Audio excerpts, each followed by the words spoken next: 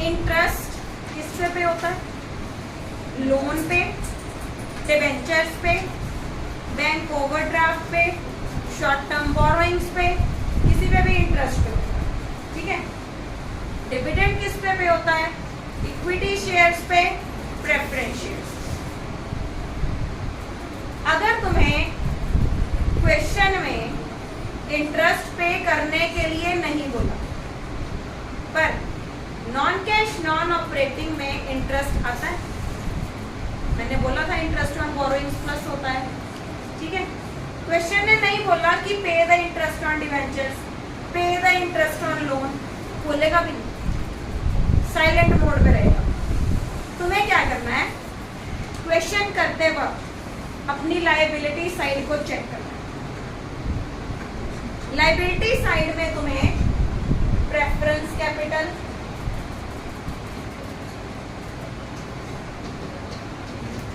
Debentures,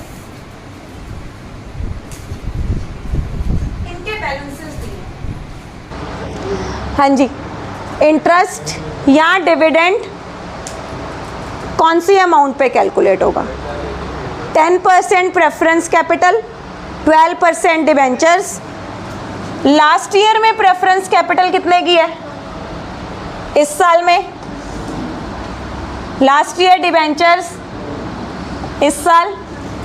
पहले तो ये बताओ 1 से 150 हो गई, इसका क्या मतलब है? इंक्रीज हो गई, मतलब नए शेयर इशू कर दिए, ठीक है। 2 से 150 हो गई, इसका क्या मीनिंग है? कुछ रीपेमेंट कर दी, डिबेंचर्स रिडीम कर दिए, ठीक है। अब ये इंटरेस्ट कैसे देना है? अगर तुम्हें क्वेश्चन में कहाँ? एडजस्टमेंट्स में। एडजस्टमेंट्स कहाँ होंगी? बैलेंस शीट के नीचे। अगर तुम्हें क्वेश्चन में ये नहीं बताया हुआ कि शेयर्स कब इशू हुए हैं, लोन कब रीपे हुआ है, डिबेंचर्स कब इशू हुए हैं, कब डिबेंचर्स रिडीम हुए हैं, तो तुम क्या अज्यूम करोगे? It is assumed that new shares have been issued or redeemed, new debentures have been issued or redeemed on the last date of current year. समझ गए? क्या assume करोगे? New shares have been issued or redeemed, new debentures have been issued or redeemed on the last date of current year. ठीक है। अब last date of current year क्या बनी? Suppose करो दिस इज 31 मार्च 2024, तो लास्ट डेट बन गई 31 मार्च 2024।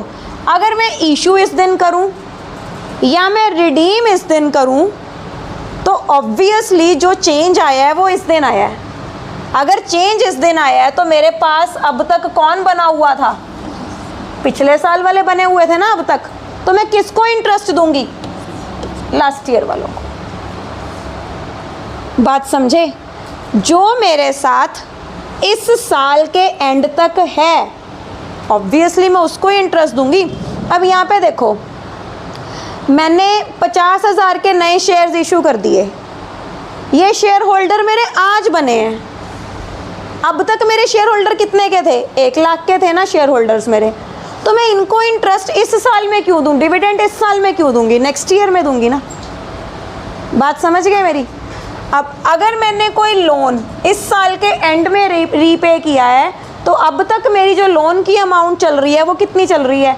2 लाख की चल रही है। 2 लाख का लोन मेरा चल रहा है, मैंने आज रीपे किया है, तो अब तक का इंटरेस्ट देना तो बनता है ना। तो मैं कब तक का इंटरेस्ट दे दूंगी? 31 मार्च 24 का। तो अब एक पॉइंट अंडरस्टैंडिंग का, दूसरा पॉइंट रट्टे का। दोनों पॉइंट बताती हूँ। अब रट्टे का पॉइंट क्या है? जब तुम्हें डेट ना दी हो इशू की, रिडेम्पशन की, लोन रीपेमेंट की, लोन लेने की, पिछले साल के बैलेंस पे लगा देना परसेंटेज, बस किस्सा ख़त्म। ठीक है, समझा दिया मैंने तुम्हें कि क्यों। Rest is up to you, understanding से करना है कि रट्टा मार के करना है। अगर मेरे पास सिंगल ईयर की फिगर है प्रोविज़न फॉर टैक्स की, तो वही फिगर स्टेप 1 में ऐड करेंगे, वही फिगर माइनस करेंगे, क्योंकि चाहे पेड दिया है चाहे प्रोविज़न दिया है, ये अज्यूम होता है कि प्रोविज़न है तो पे किया होगा और पे किया है तो प्रोविज़न भी बना होगा। अगर 2 साल की फिगर दी है, करेंट ईयर का प्रोविज़न बनाया जाता है, टैक्स हमेशा लास्ट ईयर की इनकम का पे होता है। तो आप क्या यूज़ करोगे? Add current year figure in step 1 minus last year figure in step 4। क्या बोलते हैं उसको? Current year made, last year paid. अगर आपके पास 3 अमाउंट्स हैं, 3 अमाउंट्स का मतलब क्या है? ये जो 2 अमाउंट्स हैं ये आपको दी होंगी बैलेंस शीट में। 2 अमाउंट्स कौन सी? लास्ट ईयर का बैलेंस और करेंट ईयर का बैलेंस। लास्ट ईयर का बैलेंस कहलाता है ओपनिंग बैलेंस, करेंट ईयर का बैलेंस कहलाता है क्लोजिंग बैलेंस। लायबिलिटी हमेशा उसका बैलेंस कौन सा होता है? लायबिलिटी का क्रेडिट बैलेंस।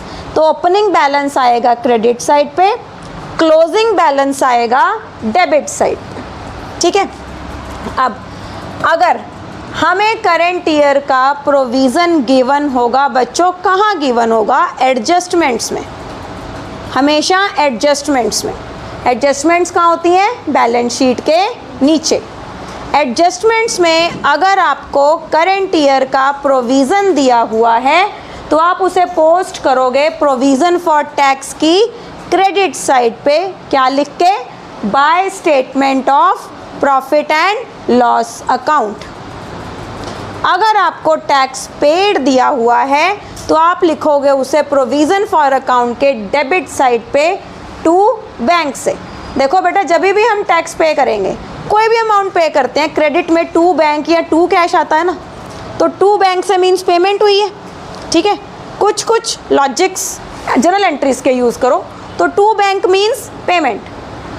बच्चों अगर ये फिगर दी है तो ये निकलेगा, ये फिगर दी है तो ये निकलेगा। आपको क्या करना है? अकाउंट को बैलेंस, लेजर अकाउंट को बैलेंस करना ज़रूरी होता है, नॉमिनल अकाउंट्स को छोड़ के। ठीक है। तो इसको हम बैलेंस करेंगे। अगर क्रेडिट साइड बड़ी आ गई तो आपका निकलेगा टैक्स पेड, अगर डेबिट साइड बड़ी आ गई आपका निकलेगा प्रोविज़न। समझे? अब जब ये अकाउंट बन गया, इन दोनों फिगर्स को करोगे इग्नोर। ये जाएगा स्टेप 1 में और ये जाएगा स्टेप 4 में। ये होगा ऐड और ये होगा minus. Extra ordinary items.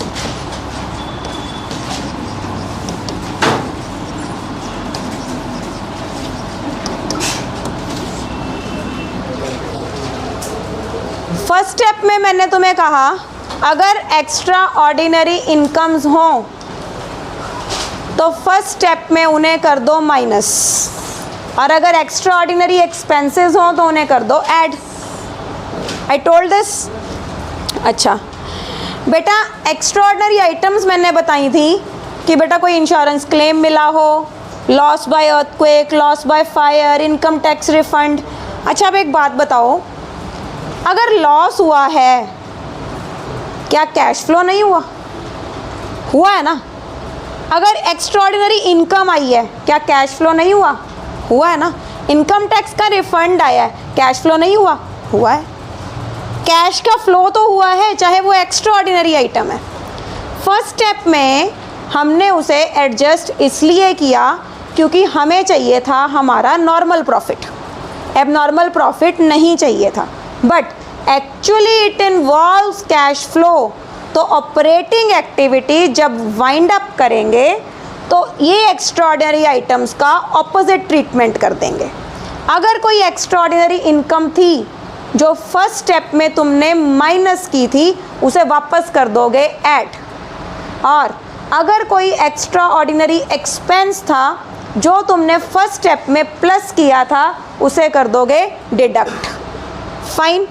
Suppose करो तुम्हें इंश्योरेंस क्लेम मिला था, इंश्योरेंस क्लेम तुमने P&L में क्रेडिट साइड पे डाल दिया कि हाँ जी मुझे एक इंश्योरेंस क्लेम मिला है, मेरी इनकम में ऐड हो गया है वो। अब इंश्योरेंस क्लेम मिल गया, इंश्योरेंस क्लेम मिलने के बाद प्रॉफिट इन्फ्लेट हो गया। तुमने क्या किया? उसे एक्स्ट्राऑर्डिनरी आइटम से बाहर निकाल के नॉर्मल प्रॉफिट निकाल के कैश फ्लो में शो कर दिया। But insurance claim received actually involved cash inflow, तो इसलिए मैंने उसे वापस यहाँ पे क्या कर दिया, ऐड। समझ गए? हमें फर्स्ट स्टेप में सिर्फ नॉर्मल प्रॉफिट लेना है, इसलिए हम ये एडजस्टमेंट्स करते हैं। अदरवाइज कैश फ्लो तो होता है ना इनसे, कैश फ्लो तो डिविडेंड से भी होता है, कैश फ्लो तो उससे भी होता है, ट्रांसफ़र टू रिजर्व से भी, रिजर्व से नहीं होता, सॉरी, रिजर्व से कैश फ्लो नहीं हो रहा है। रिजर्व से तो सिर्फ तुम्हारा P&L से उठ के पैसा जनरल रिजर्व में जा रहा है, ठीक है। डिविडेंड दोगे तो कैश आउटफ्लो नहीं हुआ, मशीन खरीदी कैश आउटफ्लो नहीं हुआ, मशीन बेची कैश इनफ्लो नहीं हुआ, हुआ तो है पर वो ऑपरेटिंग एक्टिविटी नहीं है।